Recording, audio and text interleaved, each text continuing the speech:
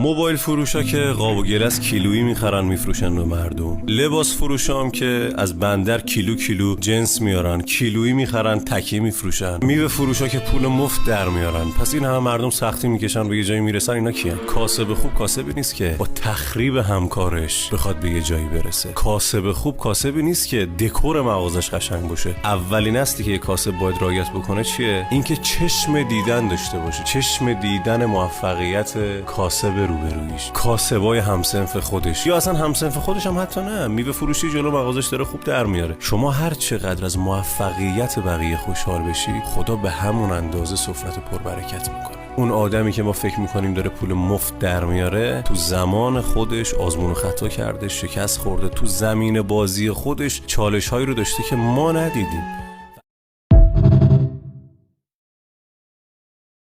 موبایل فروشا که قاب و گلس کیلویی میخرن میفروشن به مردم. لباس فروشا هم که از بندر کیلو جنس میارن کیلویی میخرن تکی میفروشن. میوه فروشا که پول مفت در میارن. پس این همه مردم سختی میکشن به یه جایی میرسن. اینا کیه؟ کاسب خوب کاسبی نیست که با تخریب همکارش بخواد به یه جایی برسه. کاسب خوب کاسبی نیست که دکور مغازش قشنگ باشه. اولین اصلی که یه کاسب باید رعایت بکنه چیه؟ اینکه چشم دیدن داشته باشه. چشم دیدن موفقیت کاسب روبرویش، کاسبای همسنف خودش، یا اصلا همسنف خودش هم حتی نه. میوه فروشی جلو مغازش داره خوب در میاره. شما هر چقدر از موفقیت بقیه خوشحال بشی، خدا به همون اندازه سفرت پربرکت میکنه. اون آدمی که ما فکر میکنیم داره پول مفت در میاره، تو زمان خودش آزمون و خطا کرده، شکست خورده، تو زمین بازی خودش چالش هایی رو داشته که ما ندیدیم.